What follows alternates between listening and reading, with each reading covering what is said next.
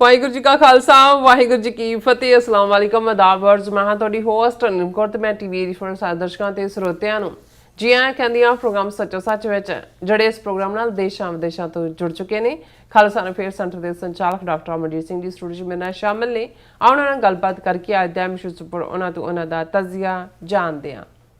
ਜੀ ਡਾਕਟਰ ਸਾਹਿਬ ਵਾਹਿਗੁਰੂ ਜੀ ਕਾ ਖਾਲਸਾ ਵਾਹਿਗੁਰੂ ਜੀ ਕੀ ਫਤਿਹ। हाँ जी नीलम कौर जी ਤੁਹਾਨੂੰ ਵੀ ਤੇ ਦੁਨੀਆ ਭਰ ਚ ਬੈਠੇ ਸਾਡੇ ਬਹੁਤ ਹੀ ਪਿਆਰੇ ਸੋਹਣੇ ਸਿਆਣੇ ਸੁਨੱਖੇ ਟੀਵੀ 84 ਦੇ ਦਰਸ਼ਕਾਂ ਨੂੰ ਵੀ ਵਾਹਿਗੁਰੂ ਜੀ ਕਾ ਖਾਲਸਾ ਵਾਹਿਗੁਰੂ ਜੀ ਕੀ ਫਤਿਹ। ਸਾਡੇ ਬਹੁਤ ਹੀ ਪਿਆਰੇ ਮੁਸਲਮਾਨ ਭੈਣਾਂ ਭਰਾਵਾਂ ਨੂੰ ਅਸਲਾਮ ਅਲੈਕਮ। ਗੰਗਾ ਜਮਨੀ ਤਹਿਜ਼ੀਬ ਦੇ ਹਿੰਦੂ ਤਵੀਆਂ ਨੂੰ ਨਮੋ ਨਮੇ ਤੇ ਹੋਰ ਸਭ ਵੀਰਾਂ ਭੈਣਾਂ ਨੂੰ ਆਦਾਬ। ਜੀ ਡਾਕਟਰ ਸਾਹਿਬ ਜੀ ਆਇਆਂ ਨੂੰ ਪ੍ਰੋਗਰਾਮ ਸੱਚੋ ਸੱਚ ਵਿੱਚ ਬਹੁਤ ਮਿਹਰਬਾਨੀ ਜੀ ਡਾਕਟਰ ਸਾਹਿਬ। ਅੱਜ 18 ਜੂਨ 2026 4 ਹਾੜ ਨਾਨਕਸ਼ਾਹੀ ਸੰਮਤ 558 ਦਾ ਦਿਨ ਹੈ ਤੇ ਡਾਕਟਰ ਸਾਹਿਬ ਪ੍ਰੋਗਰਾਮ ਸ਼ੁਰੂ ਕਰਨ ਤੋਂ ਪਹਿਲਾਂ ਅਸੀਂ ਦਰਸ਼ਕਾਂ ਤੇ ਸਰੋਤਿਆਂ ਨੂੰ ਹਮੇਸ਼ਾ ਤਰ੍ਹਾਂ ਦੱਸਦੀ ਵਿਊਅਰਸ ਜੇ ਤੁਸੀਂ ਹੱਕ ਸੱਚ ਇਨਸਾਫ ਤੇ ਪੈਰਾ ਦਿੰਦਾ ਇੱਕ ਚੈਨਲ ਟੀਵੀ 84 ਨੂੰ ਦੇਖਣਾ ਚਾਹੁੰਦੇ ਹੋ ਤਾਂ ਤੁਸੀਂ ਦੇਖ ਸਕਦੇ ਹੋ ਸਪੈਕਟਰਮ ਕੇਬਲ, ਆਰਸੀਐਨ ਕੇਬਲ, ਬੈਲ ਫਰਮ ਕੈਨੇਡਾ, roku, ਜਾਦੂ ਬਾਕਸ, ਸ਼ਾਵਾ, ਫੇਸਬੁੱਕ ਟੀਵੀ 84 ਦੀ ਐਪ ਰਾਹੀਂ online streaming and IP box ਤੇ ਤੁਸੀਂ ਟੀਵੀ 84 ਨੂੰ ਦੇਖ ਸਕਦੇ ਹੋ। ਵਿਊਅਰਸ ਜੇ ਤੁਸੀਂ ਟੀਵੀ 84 ਨਾਲ ਜੋ ਪ੍ਰੋਗਰਾਮ ਸੱਚੋ ਸੱਚ ਨਾਲ ਫੇਸਬੁੱਕ ਰਾਹੀਂ ਜੁੜੇ ਹੋ ਤਾਂ ਇਸ ਨੂੰ ਵੱਧ ਲਾਈਕ ਕਰੋ ਤੇ ਸ਼ੇਅਰ ਕਰੋ ਅਤੇ ਨਾਲ ਹੀ YouTube ਤੇ ਸਬਸਕ੍ਰਾਈਬ ਵੀ ਕਰੋ। ਇਹ ਵੀ ਦੱਸ ਦਿਓ ਕਿ ਤੁਸੀਂ ਟੀਵੀ 84 ਦੀ ਐਪ ਨੂੰ ਐਂਡਰੋਇਡ ਐਂਡ ਐਪ ਸਟੋਰ ਤੇ ਡਾਊਨਲੋਡ ਕਰਕੇ ਜੋ ਟੀਵੀ 84 ਦੀ ਲਾਈਵ ਸਟ੍ਰੀਮ ਹੈ ਇਸ ਨੂੰ ਤੁਸੀਂ 24 ਆਵਰਸ ਦੇਖ ਸਕਦੇ ਹੋ। ਸੋ ਵੀਰਸ ਪ੍ਰੋਗਰਾਮ ਦੀ ਸ਼ੁਰੂਆਤ ਕਰਨ ਜਾ ਰਹੇ ਹਾਂ ਅੱਜ ਦੀ ਸਪਾਂਸਰਸ਼ਿਪ ਦੇ ਵਾਲੇ ਨਾਲ ਕਿ ਅੱਜ ਦੇ ਪ੍ਰੋਗਰਾਮ ਸੱਚੋ ਸੱਚ ਨੂੰ ਸਪਾਂਸਰ ਕੀਤਾ ਗਿਆ ਹੈ ਡਾਲਸ ਟੈਕਸਸ ਤੋਂ ਸਰਦਾਰ ਹਰਜੀਤ ਸਿੰਘ ਹੋਠੀਜਰਾ ਵੱਲੋਂ। ਸੋ ਇਹ ਟੀਵੀ 84 ਦੀ ਸਪੋਰਟ ਇਹਨਾਂ ਨੇ ਕਰਨ ਲਈ ਕਿਹਾ ਔਰ ਖਾਲਸਾ ਦੀ ਪ੍ਰਾਪਤੀ ਦੀ ਜਿਹੜੀ ਹੈ ਅਰਦਾਸ ਕੀਤੀ ਹੈ। ਅੱਜ ਦੀ ਸਪਾਂਸਰਸ਼ਿਪ ਲਈ ਅਸੀਂ ਸਰਦਾਰ ਹਰਜੀਤ ਸਿੰਘ ਹੋਠੀਜਰਾ ਦਾ ਤਹਿ ਦਿਲ ਤੋਂ ਧੰਨਵਾਦ ਕਰਦੇ ਹਾਂ ਔਰ ਤੁਹਾਨੂੰ ਵੀ ਅਪੀਲ ਤੇ ਬੇਨਤੀ ਕਰਦੇ ਹਾਂ ਕਿ ਤੁਸੀਂ ਪ੍ਰੋਗਰਾਮ ਸੱਚੋ ਸੱਚ ਨੂੰ ਵੱਧ ਤੋਂ ਵੱਧ ਸਪਾਂਸਰ ਕਰੋ। ਸਪਾਂਸਰਸ਼ਿਪ ਲਈ ਤੁਸੀਂ ਸਾਨੂੰ ਕਾਲ ਕਰ ਸਕਦੇ ਸਾਡੇ ਫੋਨ ਨੰਬਰ ਤੇ 5166619184 ਸੇਮ ਨੰਬਰ ਤੇ WhatsApp ਕਰ ਸਕਦੇ ਹੋ। ਤੁਸੀਂ ਈਮੇਲ ਵੀ ਕਰ ਸਕਦੇ ਹੋ info@tv ਤੇ। ਸੋ ਵੀਅਰਸ ਪਹਿਲੇ ਸੈਗਮੈਂਟ ਵਿੱਚ ਆਪਾਂ ਗੱਲਬਾਤ ਕਰਨ ਜਾ ਰਹੇ ਹਾਂ। ਅੱਜ 18 ਜੂਨ ਦਾ ਦਿਨ ਭਾਈ ਹਰਦੀਪ ਸਿੰਘ ਨਿੱਜਰ ਦਾ ਸ਼ਹੀਦੀ ਦਿਨ ਹੈ। ਅੱਜ ਤੋਂ ਠੀਕ 3 ਸਾਲ ਪਹਿਲਾਂ 18 ਜੂਨ 2023 ਨੂੰ ਭਾਈ ਹਰਦੀਪ ਸਿੰਘ ਨਿੱਜਰ ਨੂੰ ਗੁਰੂ ਨਾਨਕ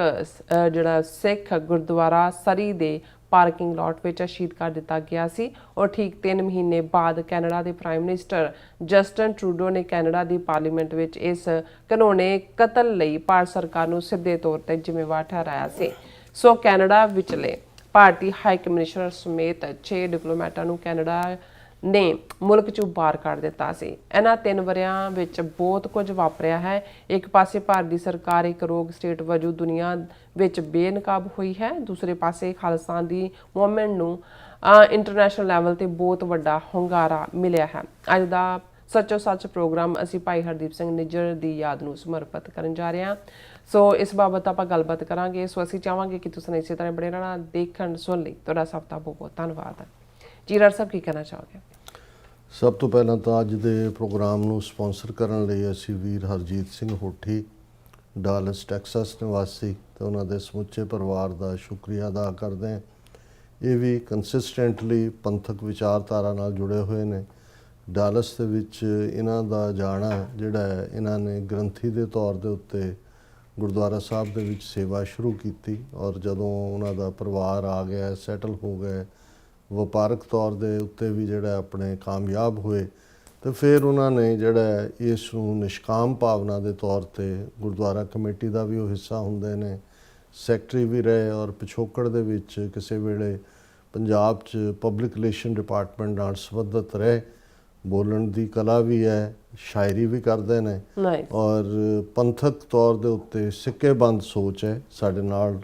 ਉਸ ਪੀਰੀਅਡ ਤੋਂ ਹੀ 1992-93 ਦੌਰ ਤੋਂ ਹੀ ਜੁੜੇ ਹੋਏ ਨੇ ਔਰ ਅਸੀਂ ਸਮੁੱਚੇ ਪਰਿਵਾਰ ਦਾ ਸ਼ੁਕਰੀਆ ਅਦਾ ਕਰਦੇ ਹਾਂ। ਅੱਜ ਦਾ ਦਿਨ ਆਪਣੇ ਆਪ ਦੇ ਵਿੱਚ ਜਿਹੜੇ ਕੁਛ ਦਿਨ ਪੱਕੇ ਤੌਰ ਦੇ ਉੱਤੇ ਕੈਲੰਡਰ ਦਾ ਹਿੱਸਾ ਬਣ ਜਾਂਦੇ ਨੇ, ਖਾਸ ਤੌਰ ਤੇ ਅਸੀਂ ਸਿੱਖ ਇਤਿਹਾਸ ਦੇ ਹਵਾਲੇ ਨਾਲ। ਵੈਸੇ ਤਾਂ ਜੇ ਅਸੀਂ ਲਗਭਗ 5.5 ਸਦੀਆਂ ਦਾ ਸਿੱਖ ਇਤਿਹਾਸ ਇਨ ਜਨਰਲ ਔਰ ਲਗਭਗ 4 ਸਦੀਆਂ ਦਾ ਗੁਰੂ ਅਰਜਨ ਸਾਹਿਬ ਦੀ ਸ਼ਹਾਦਤ ਤੋਂ ਬਾਅਦ ਦੇਖੀਏ ਤੇ ਕੋਈ ਵੀ ਦਿਨ ਐਸਾ ਨਹੀਂ ਹੋਏਗਾ ਜਿਸ ਦਿਨ ਕਿਸੇ ਸ਼ਹੀਦ ਸਿੰਘ ਸਿੰਘਣੀ ਦਾ ਖੂਨ ਨਾ ਡੁੱਲਿਆ ਹੋਏ। ਔਰ ਹੁਣ ਵੀ ਜਦੋਂ ਤੁਸੀਂ ਕੋਈ ਦਿਨ ਆਉਂਦਾ ਹੈ ਤੇ ਸਿੱਖਸ ਇਨ ਹਿਸਟਰੀ ਦੇਖੋਗੇ ਤਾਂ ਉਹਦੇ 'ਚ ਜਿੱਥੇ ਬਹੁਤ ਅਹਿਮੀਅਤ ਵਾਲੀਆਂ ਘਟਨਾਵਾਂ ਦਾ ਜ਼ਿਕਰ ਹੋਏਗਾ ਉੱਥੇ ਕੋਈ ਨਾ ਕੋਈ ਸ਼ਹੀਦੀ ਦੇ ਨਾਲ ਜੁੜਿਆ ਹੋਇਆ ਦਿਨ ਹੋਏਗਾ। ਜੀ ਕੁਛ ਤਰੀਕਾਂ, ਕੁਛ ਦਿਨ, ਕੁਛ ਸ਼ਖਸੀਅਤਾਂ ਉਹ ਹੁੰਦੀਆਂ ਨੇ ਜਿਹੜੀਆਂ ਇਤਿਹਾਸ ਨੂੰ ਇੱਕ ਨਵਾਂ ਮੋੜ ਦੇ ਦਿੰਦੀਆਂ ਨੇ। ਇੱਕ ਸਿਸਟਮ ਚੱਲ ਰਿਹਾ ਹੁੰਦਾ ਹੈ, ਉਸ ਦੇ ਵਿੱਚ ਇੱਕ ਸਟੇਲਮੇਟ ਹੁੰਦਾ ਹੈ, ਜ਼ਾਲਮ ਦਾ ਜ਼ੁਲਮ ਚੱਲ ਰਿਹਾ ਹੁੰਦਾ ਹੈ, ਉਸ ਦਾ ਸ਼ਿਕਾਰ ਲੋਕ ਹੋ ਰਹੇ ਹੁੰਦੇ ਨੇ, ਪਰ ਕੋਈ ਐਸੀ ਘਟਨਾ ਵਾਪਰ ਜਾਂਦੀ ਹੈ ਜਿਹਦੇ ਥੱਲੇ ਇਤਿਹਾਸ ਇੱਕ ਨਵਾਂ ਟਰਨ ਲੈ ਲੈਂਦਾ ਹੈ, ਕਿਉਂਕਿ ਕੌਮਾਂ ਦੇ ਵਿੱਚ ਇੱਕ ਉਸ ਘਟਨਾ ਦੇ ਨਾਲ ਇਸ ਕਿਸਮ ਦੀ ਅਵੇਕਨਿੰਗ ਹੁੰਦੀ ਹੈ, ਇਸ ਕਿਸਮ ਦੀ ਜਾਗਰਤੀ ਹੁੰਦੀ ਹੈ ਕਿ ਫਿਰ ਉਸ ਸੰਘਰਸ਼ ਨੂੰ ਕਿਤੇ ਦਾ ਕਿਤੇ ਲੈ ਜਾਂਦੀਆਂ ਨੇ। ਔਰ ਮੈਂ ਜਦੋਂ ਅੱਜ ਭਾਈ ਹਰਦੀਪ ਸਿੰਘ ਨਿੱਜਰ ਦੀ ਸ਼ਹਾਦਤ ਔਰ ਇਹਨਾਂ 3 ਵਰ੍ਹਿਆਂ ਦੇ ਵਿੱਚ ਅਸੀਂ ਕਿੱਥੇ ਪਹੁੰਚੇ ਹਾਂ ਖਾਲਿਸਤਾਨ ਦੀ ਮੂਵਮੈਂਟ ਦੇ ਹਵਾਲੇ ਨਾਲ ਗੱਲ ਕਰ ਰਹੇ ਤੇ ਮੇਰੇ ਸਾਹਮਣੇ ਭਾਈ ਹਰਜਿੰਦਰ ਸਿੰਘ ਜਿੰਦਾ, ਭਾਈ ਸੁਖਦੇਵ ਸਿੰਘ ਸੁੱਖਾ ਵੱਲੋਂ ਲਿਖਿਆ ਹੋਇਆ ਪੱਤਰ ਜਿਹੜਾ ਉਹਨਾਂ ਨੇ ਪੂਨਾ ਜੇਲ੍ਹ ਦੇ ਵਿੱਚੋਂ ਉਸ ਵੇਲੇ ਦੇ ਰਾਸ਼ਟਰਪਤੀ ਪ੍ਰੈਜ਼ੀਡੈਂਟ ਆਫ ਇੰਡੀਆ ਨੂੰ ਲਿਖਿਆ ਸੀ, ਅੰਗਰੇਜ਼ੀ ਦੇ ਵਿੱਚ ਵੀ ਬਾਅਦ ਦੇ ਵਿੱਚ ਜ਼ਾਹਰ ਹੈ ਕਿ ਉਸ ਦਾ ਪੰਜਾਬੀ ਅਨੁਵਾਦ ਸਾਰੇ ਅਖਬਾਰਾਂ ਦੇ ਵਿੱਚ ਵੀ ਲੱਗਾ। ਉਸ ਦੀ ਇੱਕ ਲਾਈਨ ਨੇ ਮੈਨੂੰ ਹਮੇਸ਼ਾ ਹੀ ਬੜਾ ਟੁੰਬਿਆ ਹੈ, ਜਿਹਦੇ 'ਚ ਉਹਨਾਂ ਨੇ ਇਹ ਕਿਹਾ ਸੀ ਕਿ ਵੈਨ ਦਾ ਨੇਸ਼ਨਸ ਅਵੇਕ ਹਿਸਟਰੀ ਸ਼ਿਵਰਸ, ਕਿ ਜਦੋਂ ਕੌਮਾਂ ਜਾਗ ਜਾਂਦੀਆਂ ਨੇ ਤੇ ਫਿਰ ਉਹ ਇਤਿਹਾਸ ਨੂੰ ਕੰਬਣੀ ਛੇੜ ਦਿੰਦੀਆਂ ਨੇ, ਫਿਰ ਉਹ ਇਤਿਹਾਸ ਸਿਰਜਦੀਆਂ ਨੇ, ਕਿਉਂਕਿ ਇਤਿਹਾਸ ਉਹਨਾਂ ਦੇ ਸਾਹਮਣੇ ਜਿਹੜਾ ਇੱਕ ਨਿਗੁਣਾ ਬਣ ਜਾਂਦਾ, ਜਿਹੜਾ ਐਗਜ਼ਿਸਟਿੰਗ ਇਤਿਹਾਸ ਹੁੰਦਾ, ਫਿਰ ਉਹ ਨਵਾਂ ਇਤਿਹਾਸ ਸਿਰਜਦੀਆਂ ਨੇ। ਉਹਨਾਂ ਘਟਨਾਵਾਂ ਨੂੰ ਹੀ ਅਸੀਂ ਟਰਨਿੰਗ ਪੁਆਇੰਟ ਕਹਿੰਦੇ ਹਾਂ, ਜਾਂ ਅਸੀਂ ਇਤਿਹਾਸ ਵਿੱਚ ਆਇਆ ਰੈਵੋਲੂਸ਼ਨ ਕਹਿੰਦੇ ਹਾਂ, ਜਾਂ ਇੱਕ ਬਿਲਕੁਲ ਐਸਾ ਮੋੜ ਜਿਹਨੂੰ ਅੰਗਰੇਜ਼ੀ ਦੇ ਵਿੱਚ ਕਿਹਾ ਜਾਂਦਾ ਹੈ ਕਿ ਫਾਈਨਲ ਵਾਟਰਸ਼ੈਡ ਕਿਸੇ ਵੀ ਰਿਲੇਸ਼ਨਸ਼ਿਪ ਦੇ ਵਿੱਚ। ਔਰ ਮੈਂ ਜੇ ਮੂਵਮੈਂਟ ਦੇ ਹਵਾਲੇ ਨਾਲ ਗੱਲ ਕਰਾਂ, ਕਿਉਂਕਿ ਵੈਸੇ ਤਾਂ 18th ਸੈਂਚੁਰੀ ਦੇ ਵਿੱਚ ਇੱਕਦਮ ਧਿਆਨ ਭਾਈ ਮਨੀ ਸਿੰਘ ਜੀ ਦੀ ਸ਼ਹਾਦਤ ਵੱਲ ਜਾਂਦਾ ਹੈ ਕਿ ਕੁਛ ਹਾਲਾਂ ਭਾਈ ਮਨੀ ਸਿੰਘ ਵੱਡੇ ਵਿਦਵਾਨ ਵੀ, ਸਕਾਲਰ ਵੀ, ਉਹਨਾਂ ਦਾ ਬਹੁਤ ਵੱਡਾ ਰੁਤਬਾ, ਹਰਿਮੰਦਰ ਸਾਹਿਬ ਦੇ ਗ੍ਰੰਥੀ ਵੀ, ਸਰਬੱਤ ਖਾਲਸਾ ਕਰਵਾਉਣ ਵਾਲੇ ਵੀ, ਬੰਦਾਈ ਖਾਲਸਾ ਤਤ ਖਾਲਸਾ ਦਾ ਝਗੜਾ ਨਿਬੇੜਨ ਵਾਲੇ ਵੀ, ਲੇਕਿਨ ਜਦੋਂ ਉਹਨਾਂ ਸਰਬ ਸਾਂਝੇ ਰਹਿ ਵੀ ਅੰਮ੍ਰਿਤਸਰ 'ਚ ਰਹੇ ਸੀ, ਉਹਨਾਂ ਦੇ ਨਾਲ ਸ਼ਹਿਰ ਦੇ ਕਾਜ਼ੀਆਂ ਦੇ ਵੀ ਸੰਬੰਧ ਨੇ, ਹਕੂਮਤ ਵੀ ਉਹਨਾਂ ਨੂੰ ਹਾਰਮਲੈਸ ਸਮਝਦੀ ਹੈ, ਇੱਕ ਸਕਾਲਰਲੀ ਪਰਸਨ ਨੇ, ਇੱਕ ਧਾਰਮਿਕ ਸ਼ਖਸੀਅਤ ਨੇ, ਪਰ ਜਦੋਂ ਇੱਕ ਇਕੱਠ ਕਰਨ ਦੇ ਮੁੱਦੇ ਦੇ ਉੱਤੇ ਦੀਵਾਲੀ ਦੇ ਟਕਰਾਅ ਦੀ ਲਾਈਨ ਸ਼ੁਰੂ ਹੁੰਦੀ ਹੈ, ਹਕੂਮਤ ਦੀ ਬਦਨੀਤੀ ਸਾਹਮਣੇ ਆਉਂਦੀ ਹੈ ਕਿ ਭਾਈ ਸਾਰੇ ਇਕੱਠੇ ਹੋਣਗੇ, ਅਸੀਂ ਜਿਹੜਾ ਅਟੈਕ ਕਰਾਂਗੇ, ਉਹ ਸੰਗਤ ਨੂੰ ਸੁਨੇਹੇ ਭੇਜ ਦਿੰਦੇ ਨੇ ਸਿੰਘਾਂ ਨੂੰ ਕਿ ਨਹੀਂ ਭਾਈ ਇਹਨਾਂ ਦੀ ਬਦਨੀਤੀ ਹੈ। ਔਰ ਫਾਈਨਲੀ ਉਹਨਾਂ ਦੇ ਉੱਤੇ ਇਹ ਇਲਜ਼ਾਮ ਲਾ ਕੇ ਕਿ ਜੀ ਇਹਨਾਂ ਤੁਸੀਂ ਟੈਕਸ ਪ੍ਰੋਮਿਸ ਕੀਤਾ ਸੀ, ਉਹਨਾਂ ਨੇ ਕਿਹਾ ਜੀ ਟੈਕਸ ਦਾ ਤਾਂ ਸੀ ਕਿ ਇਹ ਜਿਹੜਾ ਇਕੱਠ ਹੁੰਦਾ ਉਹ ਤੁਸੀਂ ਹੋਣ ਨਹੀਂ ਦਿੱਤਾ। ਔਰ ਉਹਨਾਂ ਦੀ ਸ਼ਹਾਦਤ ਨੇ ਉਸ ਪੀਰੀਅਡ ਦੇ ਵਿੱਚ, ਉਸ ਤੋਂ ਪਹਿਲਾਂ ਸਿੱਖ ਕਦੇ ਲਾਹੌਰ ਦੇ ਵਿੱਚ ਸਿੰਘ ਆਲੇ ਦੁਆਲੇ ਜਿਹੜੇ ਨੇ ਉਹ ਸੀ, ਲੇਕਿਨ ਸ਼ਹਿਰ 'ਚ ਨਹੀਂ ਸੀ, ਉਹ ਡੱਬੀ ਬਾਜ਼ਾਰ ਲਾਹੌਰ ਰਾਹੀਂ ਉਹ ਸ਼ਹਿਰ ਦੇ ਵਿੱਚ ਲਾਹੌਰ ਦੇ ਵਿੱਚ ਵੜੇ। ਔਰ ਜੇ ਤੁਸੀਂ ਪੋਸਟ ਭਾਈ ਮਨੀ ਸਿੰਘ ਜੀ ਦੀ ਸ਼ਹਾਦਤ ਦੇ, ਜਿਨ੍ਹਾਂ ਨੇ ਬੰਦ ਕੱਟ ਕੇ ਸ਼ਹਾਦਤ ਦਿੱਤੀ, ਦੇਖੋ ਤੇ ਉਹ ਇੱਕ ਟਰਨਿੰਗ ਪੁਆਇੰਟ ਹੈ। ਇਹ ਨਹੀਂ ਹੈ ਕਿ ਕਿਸੇ ਵੀ ਸ਼ਹੀਦ ਦਾ ਜਿਹੜਾ ਰੁਤਬਾ ਹੈ ਜਾਂ ਉਸ ਦਾ ਰੋਲ ਹੈ ਉਹਨੂੰ ਤੁਸੀਂ ਕੰਪੇਅਰ ਨਹੀਂ ਕਰ ਸਕਦੇ, ਪਰ ਮੈਂ ਇੱਕ ਟਰਨਿੰਗ ਪੁਆਇੰਟ ਦੇ ਤੌਰ ਤੇ ਮੇਰੇ ਸਾਹਮਣੇ ਆਉਂਦਾ ਹੈ ਕਿ ਭਾਈ ਕਿਵੇਂ ਇੱਕ ਸ਼ਹਾਦਤ ਜਿਹੜੀ ਉਸ ਹਾਲਾਂ ਸ਼ਹਾਦਤਾਂ ਤਾਂ ਲਗਾਤਾਰ ਹੋ ਰਹੀਆਂ ਸੀ, ਜਦੋਂ ਅਸੀਂ ਬੰਦ ਕਟਾਏ, ਖੋਪਰੀਆਂ ਲੁਹਾਈਆਂ, ਚਰਖੀਆਂ, ਇਹ ਸਾਰੇ ਟਾਰਚਰ ਦੇ ਤਰੀਕਿਆਂ ਦੇ ਨਾਲ ਚੌਂਕ ਨਖਾਸ ਲਾਹੌਰ ਦੇ ਵਿੱਚ ਜਿਹੜਾ ਲਗਾਤਾਰਤਾ ਦੇ ਨਾਲ ਸਿੰਘਣੀਆਂ ਦੇ ਨਾਲ ਲੇਕਿਨ ਇਹ ਸੀ ਜਿਹਨੇ ਇੱਕਦਮ ਰੋਹ ਨੂੰ ਉਸ ਕਦਰ ਪ੍ਰਚੰਡ ਕੀਤਾ। ਔਰ ਉਸ ਸਾਰੇ ਨੇ ਜਿਹੜਾ ਇੱਕ ਨਵਾਂ ਇਤਿਹਾਸ, ਜਾਂ ਉਸ ਤੋਂ ਬਾਅਦ ਅਸੀਂ ਦੇਖਦੇ ਹਾਂ ਕਿ ਸਿੱਖ ਮਿਸਲਾਂ ਦੀ ਸਥਾਪਨਾ ਔਰ ਬਹੁਤ ਸਾਰਾ ਉਹਦੇ ਨਾਲ ਜੁੜਿਆ। ਘੱਲੂਕਾਰਿਆਂ ਬਾਰੇ ਅਸੀਂ ਗੱਲ ਕਰਦੇ ਹੀ ਹਾਂ ਕਿ ਉਹ ਤਾਂ ਵੈਲੀ ਆਫ ਡੈਥ 'ਚੋਂ ਨਿਕਲ ਕੇ ਅਸੀਂ ਮਜ਼ਬੂਤੀ ਦੇ ਨਾਲ ਸਾਹਮਣੇ ਆਉਂਦੇ। ਜੇ ਅਜੋਕੇ ਦੌਰ ਦੇ ਵਿੱਚ ਦੇਖੀਏ, ਸ਼ਹੀਦ ਭਾਈ ਜਸਵੰਤ ਸਿੰਘ ਖਾਲੜਾ, ਬੇਸ਼ੱਕ ਉਹਨਾਂ ਨੇ ਕੋਈ ਗਨ ਨਹੀਂ ਚੁੱਕੀ, ਤਲਵਾਰ ਨਹੀਂ ਚੁੱਕੀ, ਜੁਝਾਰੂ ਰੋਲ ਅਦਾ ਨਹੀਂ ਕੀਤਾ, ਉਹਨਾਂ ਨੇ ਅਣਪਛਾਤੀਆਂ ਲਾਸ਼ਾਂ ਨੂੰ ਪਛਾਣ ਦੇਣ ਦੇ ਲਈ ਉਸ ਰਸਤੇ ਨੂੰ ਚੁਣਿਆ ਜਿਹੜਾ ਹਕੂਮਤ ਨੂੰ ਪਸੰਦ ਨਹੀਂ ਸੀ। ਔਰ ਉਹਨਾਂ ਨੂੰ ਲਗਾਤਾਰ ਧਮਕੀਆਂ ਵੀ ਦਿੱਤੀਆਂ ਗਈਆਂ ਕਿ ਭਾਈ ਜੇ ਤੁਸੀਂ ਇਸ ਤੋਂ ਨਾ ਹਟੇ, ਤੁਸੀਂ 25,000 ਅਣਪਛਾਤੀਆਂ ਲਾਸ਼ਾਂ ਦੀ ਗੱਲ ਕਰਦੇ ਹੋ, ਜੇ 25,000 ਇੱਕ ਵੀ ਹੋ ਗਈਆਂ ਤਾਂ ਕੀ ਫਰਕ ਪੈਗਾ। ਔਰ ਇਹਦੇ 'ਚ ਕੋਈ ਸ਼ੱਕ ਨਹੀਂ ਹੈ ਕਿ ਜਸਵੰਤ ਸਿੰਘ ਖਾਲੜਾ ਨੇ ਜਿਸ ਰਾਹ ਨੂੰ, ਜਿਸ ਡਗਰ ਨੂੰ ਚੁਣਿਆ, ਉਸ ਦੇ ਉੱਤੇ ਉਹਨਾਂ ਨੇ ਅਣਪਛਾਤੀ ਲਾਸ਼ ਬਣਨਾ ਤਾਂ ਕਬੂਲ ਕਰ ਲਿਆ, ਲੇਕਿਨ ਉਹਨਾਂ ਨੇ ਹਜ਼ਾਰਾਂ ਅਣਪਛਾਤੀਆਂ ਲਾਸ਼ਾਂ ਨੂੰ ਪਛਾਣ ਦਿੱਤੀ। ਔਰ ਉਹਨਾਂ ਦੀ ਸ਼ਹਾਦਤ ਵੀ ਇੰਨਾ ਵੱਡਾ ਇੱਕ ਟਰਨਿੰਗ ਪੁਆਇੰਟ ਬਣਿਆ। ਜੇ ਇਹ ਕਹਿਣਾ ਹੋਏ ਕਿ ਲਗਾਤਾਰਤਾ ਨਾਲ ਫਰਵਰੀ 1992 ਦੇ ਵਿੱਚ ਬੁੱਚੜ ਬੇਅੰਤੇ ਦੀ ਸਰਕਾਰ ਬਣਦੀ ਹੈ ਔਰ 31 ਅਗਸਤ 1995 ਨੂੰ ਉਸ ਦੇ ਜਿਹੜੇ ਨੇ ਚੀਥੜੇ ਜਿਹੜਾ ਚੰਡੀਗੜ੍ਹ ਸੈਕਟਰੀਏਟ ਦੇ ਸਾਹਮਣੇ ਉਡਾਏ ਜਾਂਦੇ ਨੇ। ਔਰ ਉਦੋਂ ਤੱਕ ਇੱਕ ਪਾਸੇ ਇਹ ਕੁਰਬਾਨੀ ਭਾਈ ਦਿਲਾਵਰ ਸਿੰਘ, ਭਾਈ ਬਲਵੰਤ ਸਿੰਘ ਰਾਜੋਆਣਾ ਦੀ, ਜਿਨ੍ਹਾਂ ਨੇ ਉਸ ਦੋਖੀ ਨੂੰ, ਉਸ ਬੁੱਚੜ ਨੂੰ ਸਜ਼ਾ ਯਾਫਤਾ ਕੀਤਾ। ਪਰ ਐਨ ਇਸ ਮੌਕੇ ਬੇਸ਼ੱਕ ਹਕੂਮਤ ਬਦਲ ਜਾਂਦੀ ਹੈ, ਇਹ ਉਹੀ ਪੀਰੀਅਡ ਹੈ, ਉਹੀ ਵਿੰਡੋ ਹੈ 92 ਤੋਂ 95 ਤੱਕ, ਜਦੋਂ ਕਿ ਸਰਦਾਰ ਜਸਵੰਤ ਸਿੰਘ ਖਾਲੜਾ, ਉਹ ਅੰਮ੍ਰਿਤਸਰ ਦਾ ਸ਼ਮਸ਼ਾਨ ਘਾਟ ਹੈ, ਦੁਰਗਿਆਣਾ ਮੰਦਿਰ ਦਾ, ਉਹ ਤਰਨ ਤਾਰਨ ਦਾ ਹੈ, ਜਾਂ ਜਿਹੜੇ 3 ਸ਼ਮਸ਼ਾਨ ਘਾਟ ਜ਼ਿਲ੍ਹਾ ਅੰਮ੍ਰਿਤਸਰ ਦੇ, ਉਹਦੇ ਚੋਂ, ਉਹਦੇ ਰਜਿਸਟਰਾਂ ਚੋਂ, ਲੱਕੜ ਦੇ ਰਿਕਾਰਡ ਚੋਂ ਅਣਪਛਾਤੀਆਂ ਲਾਸ਼ਾਂ ਨੂੰ ਪਛਾਣ ਦੇ ਰਹੇ ਨੇ। ਔਰ ਉਹ ਵੀ ਜਿਹੜਾ ਉਸ ਸਾਰੇ ਦੌਰ ਦੇ ਵਿੱਚ, ਬੇਸ਼ੱਕ ਜਦੋਂ ਉਹਨਾਂ ਨੂੰ 6 ਸਤੰਬਰ 1995 ਨੂੰ ਚੁੱਕਿਆ ਜਾਂਦਾ ਹੈ, ਸਰਕਾਰ ਹਰਚਰਨ ਸਿੰਘ ਬਰਾੜ ਦੀ ਹੈ, ਪਰ ਉਹੀ ਕਿਲਿੰਗ ਮਸ਼ੀਨਰੀ ਹੈ ਜਿਹਨੇ ਆਲਰੇਡੀ 50,000 ਤੋਂ ਜ਼ਿਆਦਾ ਸਿੱਖ ਨੌਜਵਾਨ ਜਿਹੜੇ ਨੇ ਉਸ 2.5 ਸਾਲ 3 ਸਾਲ ਦੇ ਦੌਰ 'ਚ ਮਾਰੇ। ਭਾਈ ਜਸਵੰਤ ਸਿੰਘ ਖਾਲੜਾ ਦੀ ਸ਼ਹਾਦਤ ਅਖੀਰਲਾ ਉਸ ਕਿਸਮ ਦਾ ਮੁਕਾਬਲਾ ਬਣ ਜਾਂਦਾ ਹੈ। ਠੀਕ ਹੈ ਕਿ ਉਸ ਤੋਂ ਬਾਅਦ ਹੁਣ ਦੀਆਂ ਹਕੂਮਤਾਂ ਉਹ ਗੈਂਗਸਟਰ ਔਰ ਦੂਸਰੇ ਤੀਸਰੇ ਦੇ ਨਾਲ, ਲੇਕਿਨ ਜੇ ਇਹ ਕਹਿਣਾ ਹੋਏ ਕਿ ਜਸਵੰਤ ਸਿੰਘ ਖਾਲੜਾ ਦੀ ਸ਼ਹਾਦਤ ਨੇ ਅਣਪਛਾਤੀਆਂ ਲਾਸ਼ਾਂ ਦੀ ਕਹਾਣੀ ਵੀ ਕੈਨੇਡਾ ਦੀ ਪਾਰਲੀਮੈਂਟ, UK ਦੀ, US ਕਾਂਗਰਸ ਤੱਕ ਲਿਆਂਦੀ, ਔਰ ਉਹਨਾਂ ਦੀ ਸ਼ਹਾਦਤ ਤੋਂ ਬਾਅਦ ਇਹ ਜਿਹੜਾ ਝੂਠੇ ਪੁਲਿਸ ਮੁਕਾਬਲਿਆਂ ਦਾ ਸਿਲਸਿਲਾ ਸੀ ਉਹ ਸਟਾਪ ਹੋਇਆ। ਹੁਣ ਅਸੀਂ ਗੱਲ 18 ਜੂਨ 2023 ਦੀ ਕਰਦੇ ਹਾਂ। ਹਾਲਾਂ ਜੇ ਅਸੀਂ ਇਸ ਦੇ ਟੋਟਲ ਪ੍ਰਸੰਗ ਨੂੰ ਦੇਖੀਏ, ਕੰਟੈਕਸਟ ਨੂੰ ਦੇਖੀਏ, ਤੇ ਇਸ 'ਚ ਕੋਈ ਸ਼ੱਕ ਨਹੀਂ ਹੈ ਕਿ ਜੂਨ 84 ਤੋਂ ਵੀ ਪਹਿਲਾਂ, ਘੱਲੂਘਾਰੇ ਤੋਂ ਵੀ ਪਹਿਲਾਂ, ਜਦੋਂ ਕਿ ਹੁਣ ਉਸ ਕਿਸਮ ਦੀਆਂ ਚੀਜ਼ਾਂ ਦੀ ਕ੍ਰੈਡੀਬਿਲਿਟੀ ਬਣਦੀ ਹੈ ਕਿ ਕਿਵੇਂ ਇੰਡੀਆ ਦੀ ਇੰਟੈਲੀਜੈਂਸ, ਰਾਹ ਔਰ ਇੰਟੈਲੀਜੈਂਸ ਬਿਊਰੋ, ਉਹਨਾਂ ਦੀ ਘੁਸਪੈਠ ਸੀ ਬਾਹਰਲੇ ਮੁਲਕਾਂ ਦੇ ਵਿੱਚ, ਗੁਰਦੁਆਰਿਆਂ ਦੇ ਵਿੱਚ। ਅਸੀਂ ਪੀਪ ਗੁਰਦੁਆਰੇ 'ਚ ਕੀ ਹੋਇਆ 84 ਤੋਂ ਪਹਿਲਾਂ, ਉਹ ਸਾਰੇ ਵੇਰਵੇ ਤੋਂ ਵਾਕਿਫ ਹੈ, ਮੈਂ ਉਸ ਵੇਰਵੇ 'ਚ ਨਹੀਂ ਜਾਵਾਂਗਾ। ਫਿਰ ਅਸੀਂ ਜੂਨ 84 ਦੇ ਘੱਲੂਘਾਰੇ ਤੋਂ ਬਾਅਦ ਜੂਨ 85 ਦੇ ਵਿੱਚ ਜਿਹੜਾ 에ਅਰ ਇੰਡੀਆ ਕਨਿਸ਼ਕਾ ਦਾ ਜਿਹੜਾ ਹਾਦਸਾ ਕਰਵਾਉਣਾ, ਜਿਸ ਬਾਰੇ ਸੌਫਟ ਟਾਰਗੇਟ ਦੇ ਸਬੂਤ ਤਾਂ ਪਹਿਲਾਂ ਹੀ ਸੀ, ਜਿਹੜੀ ਇਨਵੈਸਟੀਗੇਟਿਵ ਰਿਪੋਰਟ ਜਾਂ ਕਿਤਾਬ ਟੋਰਾਂਟੋ ਸਟਾਰ ਔਰ ਗਲੋਬ ਐਂਡ ਮੇਲ ਦੇ 2 ਲਰਨਡ ਜਰਨਲਿਸਟ ਨੇ ਲਿਖੀ। ਪਰ ਹਾਲ ਦੇ ਵਿੱਚ ਹੀ ਜਦੋਂ ਜੌਨ ਕਰਿਆਕੂ, ਜਿਹੜਾ ਕਿ CIA ਦਾ ਵਿਸਲ ਬਲੋਅਰ,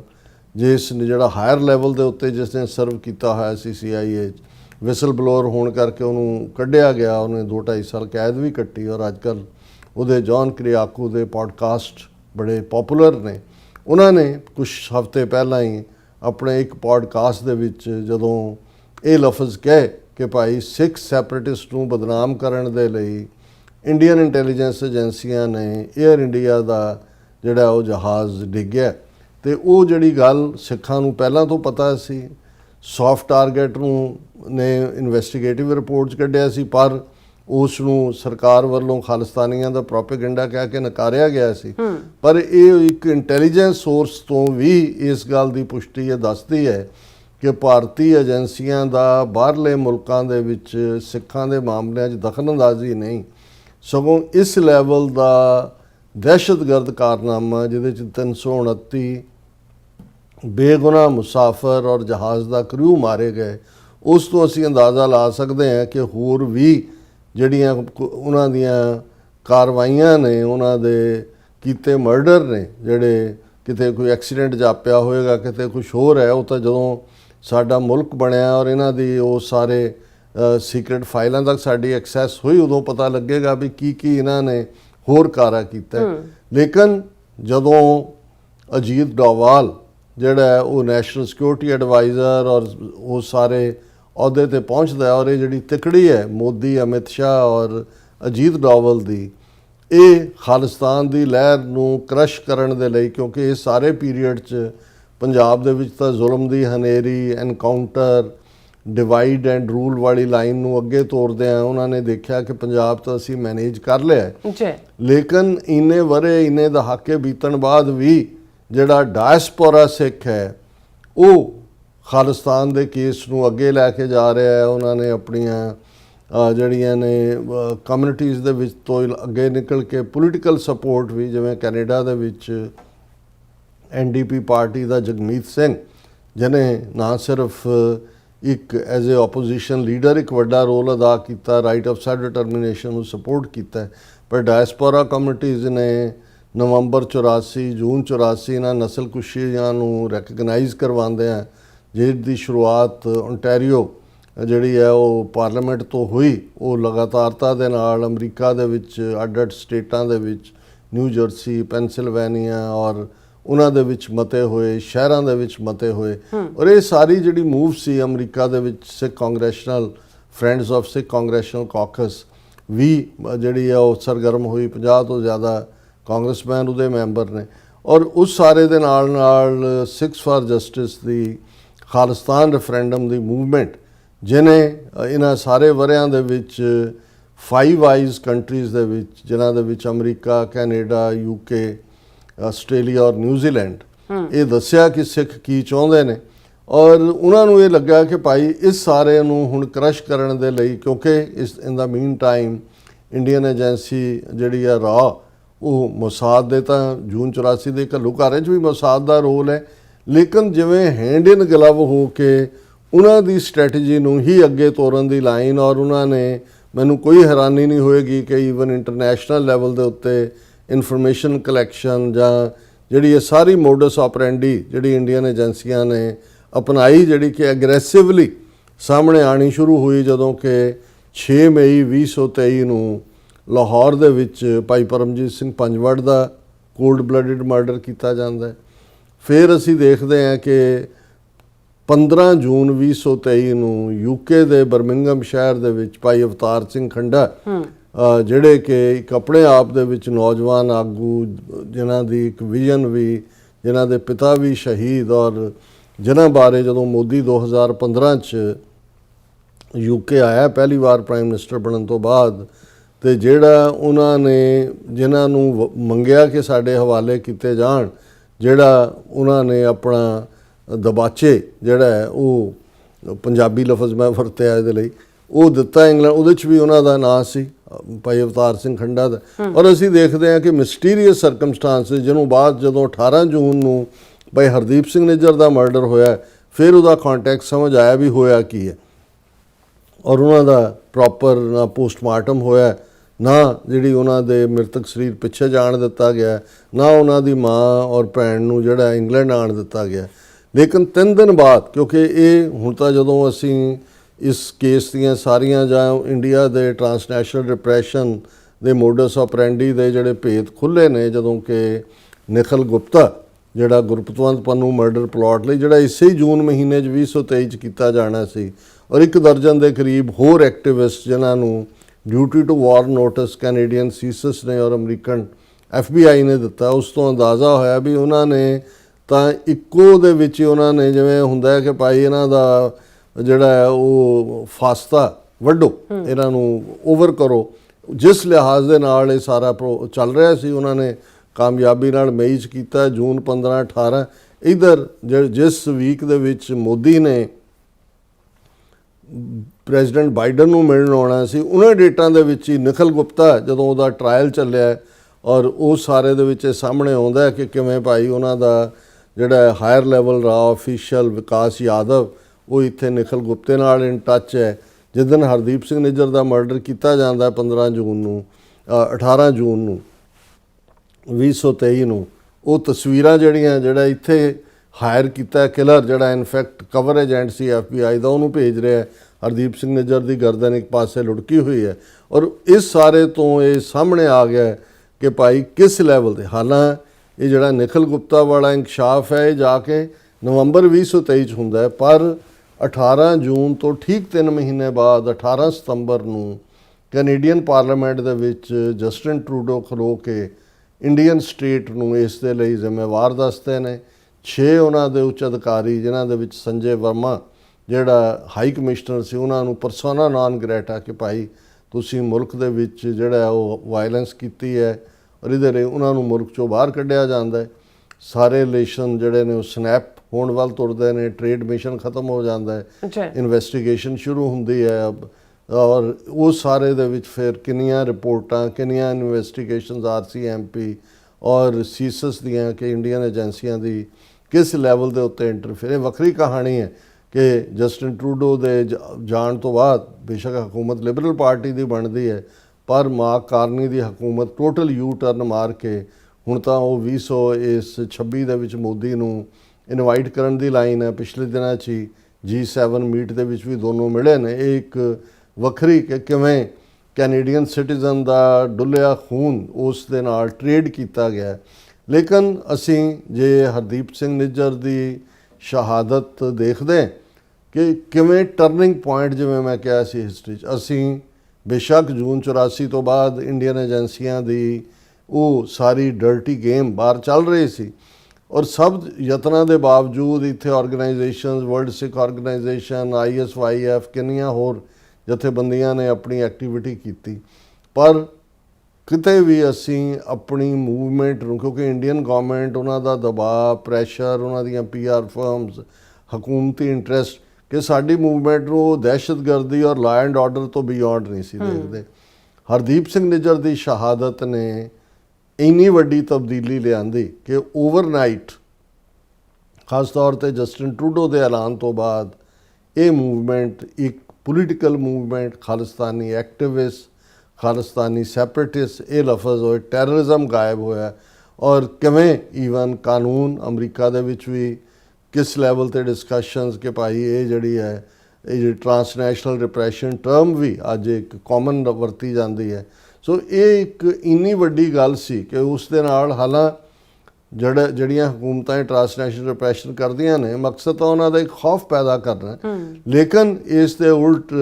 ਫਿਰ ਉਸੇ ਸਰੀ ਸ਼ਹਿਰ ਦੇ ਵਿੱਚ ਜਦੋਂ ਖਾਲਿਸਤਾਨ ਰੈਫਰੈਂਡਮ ਹੁੰਦਾ ਹੈ, ਹਜ਼ਾਰਾਂ ਦੀ ਗਿਣਤੀ ਸਵੇਰ ਤੋਂ ਸ਼ਾਮ ਤੱਕ ਜਿਹੜੀ ਹੈ ਪਾਰਟਿਸਿਪੇਸ਼ਨ, ਔਰ ਉਹ ਲਗਾਤਾਰ ਰੈਫਰੈਂਡਮ ਦੀ ਪ੍ਰੋਸੈਸ ਜਾਰੀ ਹੈ ਔਰ ਡਾਇਸਪੋਰਾ ਸਿੱਖ, ਕਿਉਂਕਿ ਇਹ ਉਹ ਸ਼ਹਾਦਤ ਹੈ ਜਿਹਨੇ ਇੱਕ ਪਾਸੇ ਡਾਇਸਪੋਰਾ ਸਿੱਖ ਕਮਿਊਨਿਟੀ ਨੂੰ ਅਵੇਕਨ ਕੀਤਾ, ਉਹਨੂੰ ਜਗਾਇਆ, ਝੰਜੋੜਿਆ, ਰਾਦਰ ਜਿਹੜੇ ਕਿਸੇ ਡਰ ਜਾਂ ਭੈ 'ਚ ਵੀ ਸੀ ਉਹਨਾਂ ਦਾ ਵੀ ਡਰ ਦੂਰ ਕੀਤਾ। ਦੂਸਰੇ ਪਾਸੇ ਮੂਵਮੈਂਟ ਨੂੰ ਸੀਰੀਅਸਲੀ ਜਿਹੜਾ ਉਹ ਬਾਹਰਲੀਆਂ ਹਕੂਮਤਾਂ ਨੇ, 5 ਆਈਜ਼ ਕੰਟਰੀਜ਼ ਨੇ, ਉਹਨਾਂ ਦੀਆਂ ਮੀਟਿੰਗਸ ਇੱਥੇ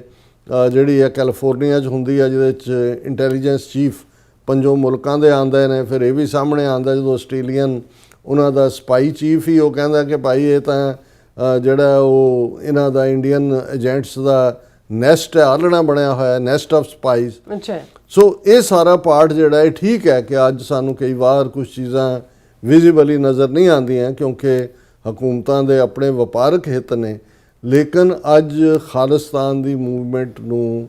ਇੰਟਰਨੈਸ਼ਨਲ ਲੈਵਲ ਤੇ ਸੀਰੀਅਸਲੀ ਲਿਆ ਜਾਂਦਾ ਹੈ। ਸਿੱਖ ਫੈਕਟਰ ਨੇ ਆਪਣੀ ਇੱਕ ਥਾਂ ਬਣਾਈ ਹੈ ਔਰ ਇਸ ਸਾਰੇ ਦੇ ਨਾਲ ਨਾਲ ਜਿਹੜਾ ਇੰਡੀਅਨ ਸਟੇਟ ਦਾ ਰੋਗ ਚਿਹਰਾ ਹੈ ਔਰ ਉਹ ਇੰਡੀਆ ਜਿਹੜਾ ਲਗਾਤਾਰਤਾ ਨਾਲ ਪਾਕਿਸਤਾਨ ਨੂੰ ਐਪੀ ਸੈਂਟਰ ਆਫ ਟੈਰਰਿਜ਼ਮ ਔਰ ਕ੍ਰਾਸ ਬਾਰਡਰ ਟੈਰਰਿਜ਼ਮ ਔਰ ਇਹ ਉਹ ਕਰਦਾ ਸੀ। ਪਹਿਲੀ ਵਾਰ ਹੈ ਕਿ ਭਾਈ ਇੰਡੀਆ ਨੂੰ ਇੰਟਰਨੈਸ਼ਨਲ ਕਮਿਊਨਿਟੀ 'ਚ ਇੰਟਰਨੈਸ਼ਨਲ ਕਟਹਿਰੇ 'ਚ ਖੜਾ ਕੀਤਾ ਗਿਆ ਔਰ ਇਹ ਬਰਾਬਰ ਅੱਜ ਵੀ ਇਹ ਉਹ ਜਿਹੜੀ ਉਹਨਾਂ ਦੀਆਂ ਕਿਲਿੰਗ ਗੈਂਗਸ ਨੇ, ਉਹਨਾਂ ਨੇ ਜਿਹੜੀ ਇੱਕ ਕਿਲਿੰਗ ਟਰਾਇਓ ਹੈ ਮੋਦੀ, ਅਮਿਤ ਸ਼ਾਹ ਔਰ ਅਜੀਤ ਡੋਵਲ ਦਾ, ਉਹ ਕੋਈ ਬਾਜ਼ ਨਹੀਂ ਆਇਆ ਹੈ। ਪਾਕਿਸਤਾਨ ਦੇ ਵਿੱਚ ਅਜੇ ਵੀ ਜਿਵੇਂ ਕਸ਼ਮੀਰੀ ਐਕਟਿਵਿਸਟ ਨੂੰ ਟਾਰਗੇਟ ਕੀਤਾ ਜਾ ਰਿਹਾ ਹੈ, ਬਾਹਰ ਵੀ ਜਿਹੜੀਆਂ ਵਾਰਨਿੰਗਸ ਨੇ ਜਿਹੜੀਆਂ ਕਿ ਅੰਦਰੂਨੀ ਸੋਰਸ ਔਰ ਕਿਉਂਕਿ ਉਹਨਾਂ ਨੇ ਅੱਗੋਂ ਇਹ ਜਿਹੜਾ ਡਰਟੀ ਵਰਕ ਹੈ ਉਹ ਆਪਣੇ ਜਿਹੜੇ ਗੈਂਗਸਟਰ ਖੜੇ ਕੀਤੇ ਨੇ, ਬਿਸ਼ਨੋਈ ਗੈਂਗ ਵਰਗੇ, ਉਹ ਤਾਂ ਨਾਂ ਨੇ, ਨਾ ਤੁਸੀਂ ਕਿਸੇ ਦਾ ਵੀ ਵਰਤੋ, ਲੇਕਿਨ ਉਹਨਾਂ ਨੂੰ ਪੂਰੀ ਨਾ ਸਿਰਫ ਪੈਟਰਨੇਜ ਹਾਸਲ ਹੈ, ਉਹ ਪੂਰੇ ਉਹਨਾਂ ਨੇ ਕਿਸ ਕਿਸਮ ਦਾ ਡਰਟੀ ਇਹ ਵਰਕ ਕੀਤਾ ਹੋਇਆ, ਕਿਵੇਂ ਦਰਜਨਾਂ ਨਹੀਂ ਸੈਂਕੜਿਆਂ ਦੀ ਗਿਣਤੀ ਦੇ ਵਿੱਚ ਉਹ ਗੈਂਗਸਟਰ ਜਿਹੜੇ ਉੱਥੇ ਜਿਨ੍ਹਾਂ ਦੇ ਉੱਤੇ ਕਨਵਿਕਸ਼ਨਸ ਨੇ ਉਹਨਾਂ ਨੂੰ ਕਿਵੇਂ ਬਾਹਰ ਕੱਢਿਆ ਗਿਆ, ਉਹਨਾਂ ਦੇ ਪਾਸਪੋਰਟ ਕਿਵੇਂ ਕਲੀਅਰ ਕੀਤੇ ਗਏ, ਉਹਨਾਂ ਨੂੰ ਕੈਨੇਡਾ ਔਰ ਅਮਰੀਕਾ 'ਚ ਕਿਵੇਂ ਉਹ ਕੈਲੀਫੋਰਨੀਆ ਹੋਏ, ਇੰਡੀਆਨਾ ਹੋਏ ਸੈਟਲ ਕਰਾਇਆ ਗਿਆ, ਕਿਵੇਂ ਉਹਨਾਂ ਤੋਂ ਵਾਇਲੈਂਸ, ਫਰੋਤੀਆਂ, ਇਹ ਤਾਂ ਚੱਲ ਹੀ ਰਿਹਾ। ਲੇਕਿਨ ਨਾਲ ਦੀ ਨਾਲ ਉਹਨਾਂ ਨੇ ਜਿਹੜੇ ਖਾਲਿਸਤਾਨ ਦੇ ਨਾਲ ਸੰਬੰਧਿਤ ਨੇ ਉਹਨਾਂ ਨੂੰ ਧਮਕੀਆਂ ਦਾ ਸਿਲਸਿਲਾ, ਔਰ ਉਹਨਾਂ ਦੇ ਉੱਤੇ ਵੀ ਇੱਕ ਜਿਹੜੀ ਤਲਵਾਰ ਲਟਕਾ ਕੇ ਰੱਖਣੀ ਜਿਹੜੀ ਬਰਾਬਰ ਲਟਕੀ ਹੋਈ ਹੈ। ਸੋ ਅਸੀਂ ਸਮਝਦੇ ਹਾਂ ਕਿ ਇਹ ਭਾਈ ਹਰਦੀਪ ਸਿੰਘ ਨਿੱਜਰ ਜਿਹੜੇ,